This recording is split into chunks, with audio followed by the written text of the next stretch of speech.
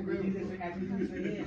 Put that. No, actually, do this right here. We'll find you. Put it up on your phone now. You want it? Go ahead.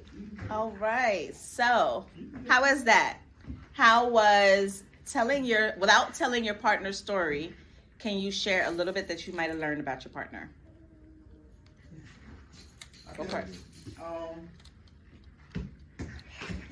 My partner's ahead of my group, right? Yep. Well, Gregory, he's thankful for sorry about that. He's thankful for his son, and he's thankful for his son, and as far as the music is concerned, but he said when Baby Boy come around, he like to listen to his music, but when Baby Boy come around, he gotta throw that church music on because, you know, he gotta thumb it down. And I see that 'cause my daughter sometimes, I can get home from work, take me through that, like take me through where? What are you talking about? So yeah, and, Mitch hit it on the nose with the patience as far as it being a challenge with the kids. And some of the challenges that come about when you tell them about some plans and how they anticipate the plans and rush them ahead, turn the clock 4 hours ahead to hopefully the place be open at 4 hours early, you know. So there's some of the things that I learned that we all go through. And I learned that even though it's different households, like we all experience some of the similar experiences just in different ways, you know? Yes. Yeah, it's like none of us are indifferent. That's right. Things, you know? Yeah, the experiences are very similar, right? Yes. Parenthood is parenthood. How about you guys? Would you like to share anything about your partner? I kind of knew this, but it just put a finer point on it. I take it as very intentional. You know, just some of the things that he was sharing that they do as a family and traditions that they have, and how he and his wife orchestrates them, like how they put it together, how they do it regularly and are intentional about how they set it up. I'm taking notes.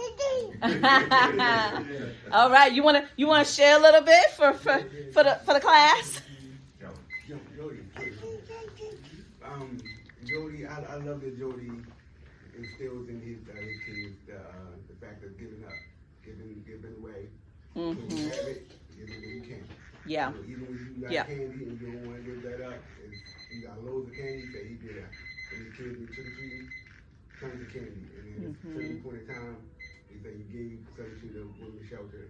And I love that. And I was like, dang, I should start doing that. I've been thinking about doing stuff like that, doing the holidays, you know, like food shelters and getting food and whatnot. But I never, like, you know, put it into play. I love that he does that. And I love that he does that and keeps it going. Yeah.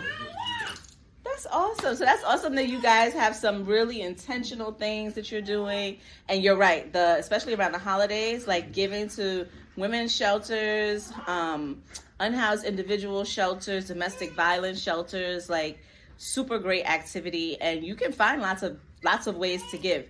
Oh, what is it? Is it Mary Poppins? I'm gonna email y'all. There's a website. There's a website where you can find, they will email you all of these opportunities for getting involved with kids. Because it's hard sometimes to find volunteer opportunities for children to engage in.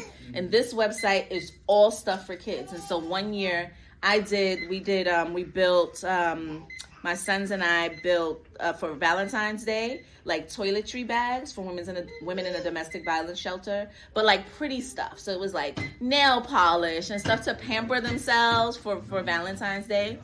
They loved that thing. Every year they were like, "Are we gonna do the bags again for the women's shelter?" And I was like, "Yeah." But earlier you said that you weren't instilling the value of life. You know what? That's true.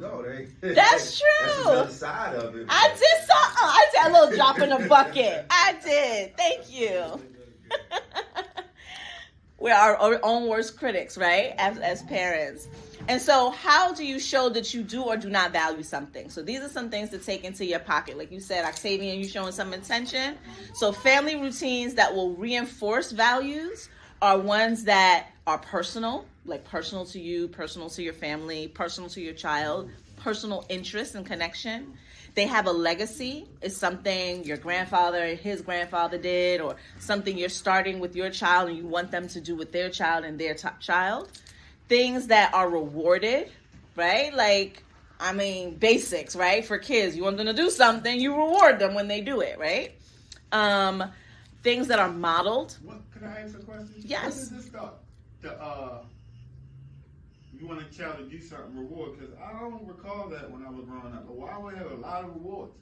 I didn't receive a lot of rewards. Every time you want a child to do something, you get a reward. When did this start? Who created it? Well, this is true, yes, and not every time, right? Okay. So it's very important to be strategic with the things that you reward, because the things that are meeting an expectation, you don't get a reward. Yeah, You don't get a some things- reward for some doing things what's are standard, some expected things in the you're house. supposed to do. Like- Correct. But when you go above and beyond, when you do something really sweet, or where I really like to reward is when my children do kind acts when nobody's paying attention.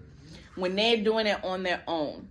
Recently, there was a child, it was the saddest thing. At dismissal, the bus hit a little girl in my neighborhood and she died. And like it was at dismissal, so all the families flocked, and the family whose child passed, they were like on the ground because they don't let you into the area. So they were just on the ground in tears, and all the kids were there. It was just horrible, right? Yeah. And it was an intersection that didn't have a stop sign.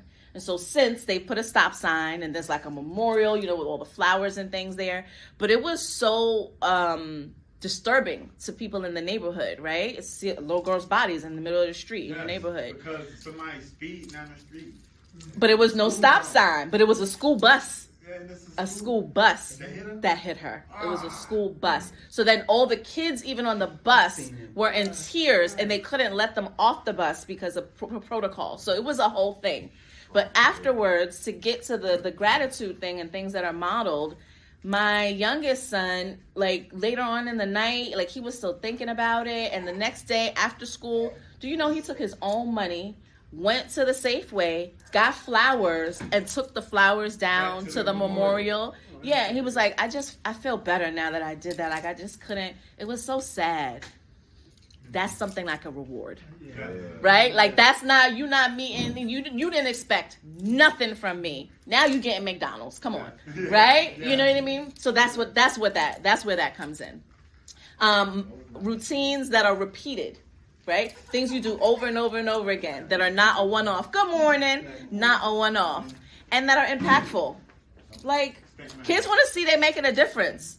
Just like you want to see that you're making a difference, right? So it's really helpful when you can actually show your kids the things that they do, how they impact people, what it actually ends up doing in the world. Like recycling is a great way to do that. Yes, ma'am. Excuse me, Mr. Levitt. Yeah. I was just told that Tristan is in the nurses. He walked just by. He just walked by. I know, but they called me and said he has to go home. Okay. I'll be there. Okay, Okay. I'll let him know. Aww. He just went Oh, babe. The Tristan right there? Yeah.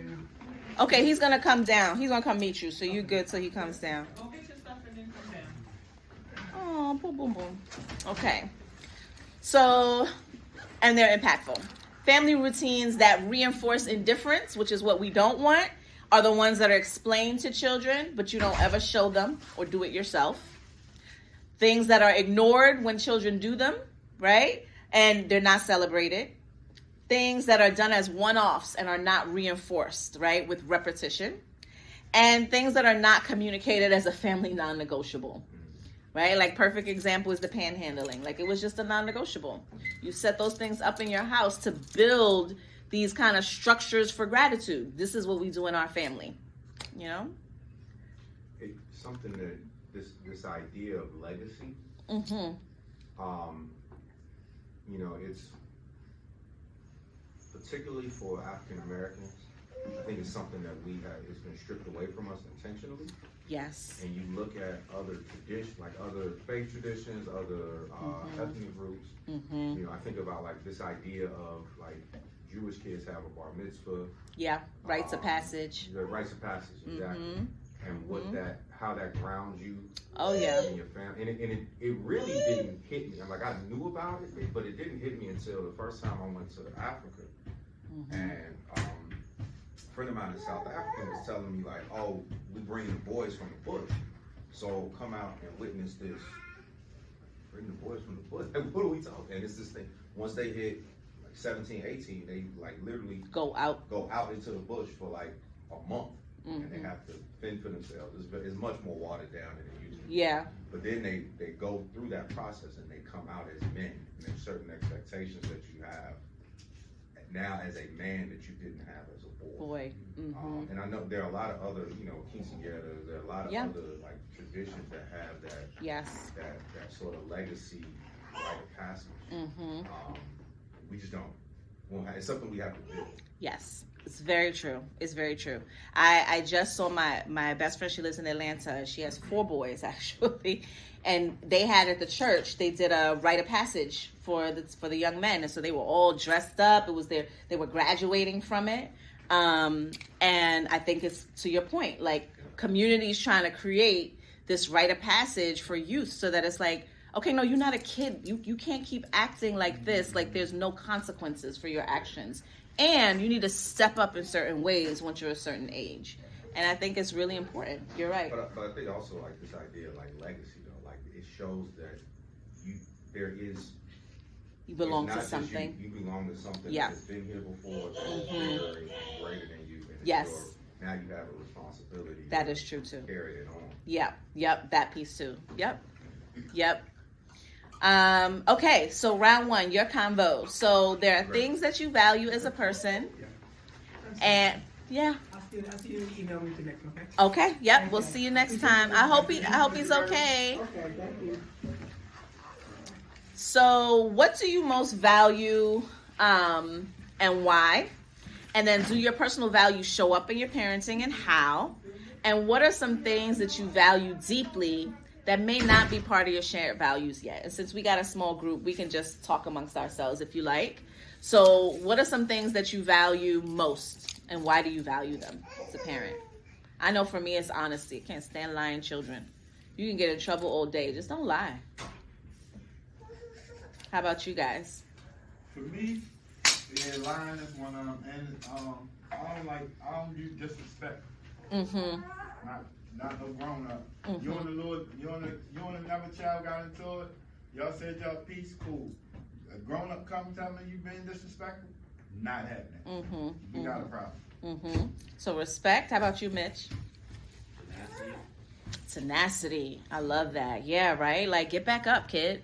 Yep. How about you, Xavian? Communication. You just want them to talk to you. Yeah. Yep. Jody? Compassion. Yeah, that's important. Especially this day and age. Social media desensitizes kids. They think it's not real. And do you, hi. Wonderful. Looking for Dad Cafe? Come on in and join us. We start at 7:30. Thank you for coming. You are always welcome. I'm just letting you know why it started. But you come on, have a seat. Yep. And there should be. So how do your personal values show up in your parenting? What's one way a child that you have in this school would be able to say, my dad cares about this?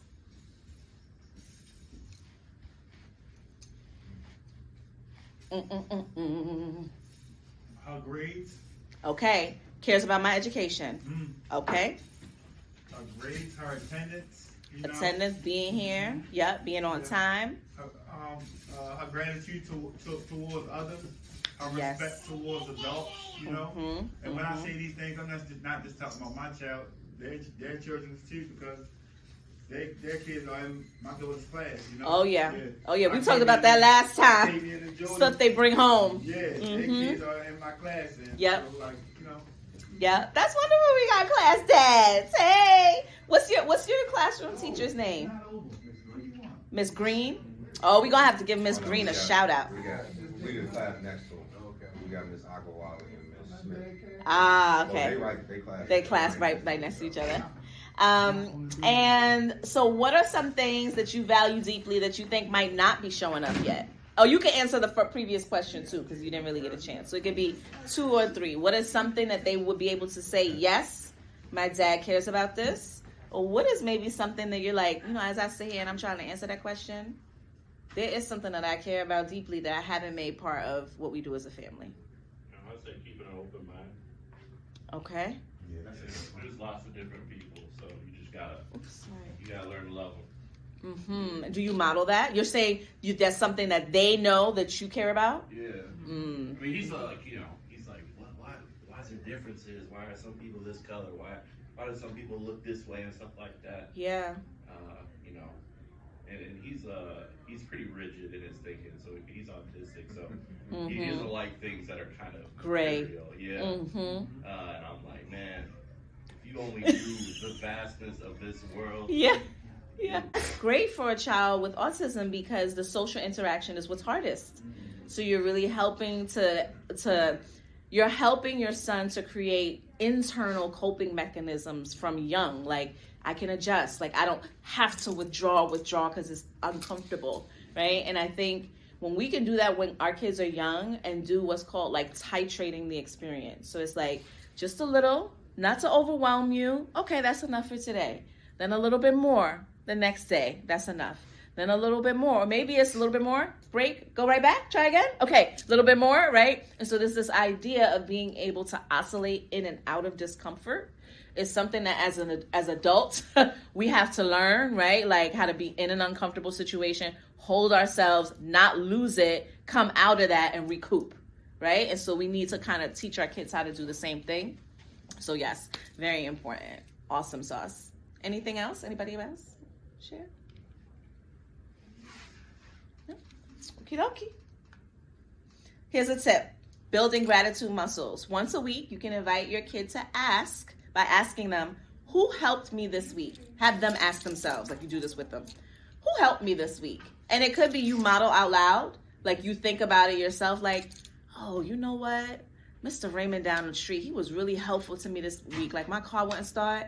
He came out and gave me a jump. I didn't even have to ask. He saw me down the block. You know what? Come on, let's go give Mr. Raymond some such and such and such as a thank you. Right? Totally organic. What's something else in your and what's one thing you might be able to ask your child to reflect on? Another thing is, how did I show up for someone else? How is your kid having other people be grateful for them? Because that's also important, right? So making giving and receiving intentional is one of the ways to really reinforce what you value. And these are little things we don't think about, right? We going through the day, and then we turn around and they're people we don't like. When they're adults, we're like, how did we get here? I got one that's an adult, so. Like, one thing we do Yeah. is I actually, instead of asking our kids how their day was, Yeah. we, every day, who did you help? Who helped you? Who That's- made you laugh today? Also because, like, how was your day? Fine. Yeah, you don't get a lot out of What that. you have for lunch? Whatever. But Yeah. like, every day is like that, just trying to ask those sort of questions. You don't get a good answer every day. Yeah. But Yeah. it does get them thinking, like, Yeah. yeah, we try to get intentional. I don't ask how your day was anymore. You're saying how was it? It's picking apart your day. Yeah. Yeah, but it's also like trying to be having a similar group of questions that is not even the same. They don't always have to be the same each day, but it's like we got to rotate. think of like 7 or 8 questions that are in rotation. Yeah. So they get used to now as they're going through the day, it's like, oh, They have I'm thinking awareness about of it. Yeah. So it's 2 things. So next time I'll bring a resource that's 100 questions you can ask your kids after school that are questions like that, but also fun things like, you know what, when you pick them up, if you could be a superhero, what kind of superhero would you be? You have a whole conversation on the way going home from that. So it's like questions like that. So they're helpful. Child, adult, baby. Did you get free?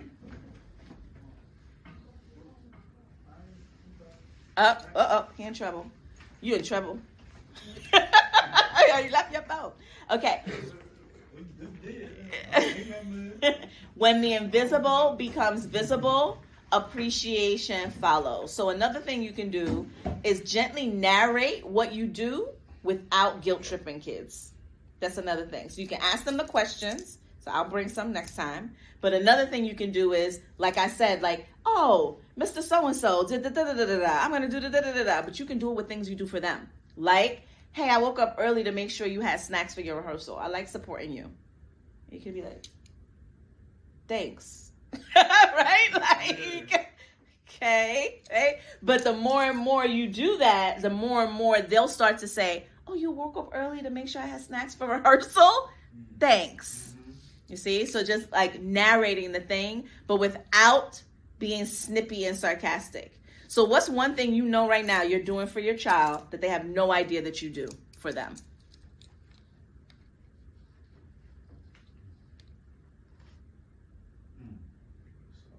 I wake up early and feed him because he takes feed through a G-tube. So Mm-hmm. I wake up early, start the feed. He's asleep when he's doing his feed, so just like Oh. chilling there for an hour and a half. So he doesn't even know Yeah. that you've woken up early to do this. Most of the time, yeah. Mm-hmm. So actually verbalizing that, you know what? And when I wake up in the morning, I get to watch you sleep. It's like, it's the best time of my day. You know? I know. It gets better. That's awesome. Anybody else? Something you do that you know they don't know? Maybe not even think about. Make sure that I'm either off early or off on the day that they have it, like a School. swim lesson or Oh, you try to make it to their. after school activity. That's like important. Soccer or Yes. basketball or something, because they Yes. be like, why? Yeah. So you try to show up for their games and their enrichment activities. So you gotta. Try to be present for stuff that they consider That's important, wonderful. you know? Yep. And so you got to name that. You know, on the way home, I'm so glad I made it to your game today. It meant a lot for me to be there for you. Yeah. You know what I mean? Like, it's not guilt. You just stating the thing. You just showing gratitude. You just- because yeah. She was actually able to be Yes. there and Yes. experience it, but you want to let them know that as well. But we show up for our kids all the time. Yeah. But we very rarely say how we're showing up for them. And so that's the little nuance, because you know the things that people do for us, everything gets taken for granted, right? And so that's where the indifference comes in. So for instance, the waking up to do breakfast, I said the same thing. I said, aren't you glad I have this role now where I could be home in the morning? I could sometimes make y'all breakfast and lunch before y'all leave. Do you know what my good for nothing 15-year-old said to me? No, because if you didn't make it, I just make it myself. And I was like, I didn't do something right. So something didn't go right here, right?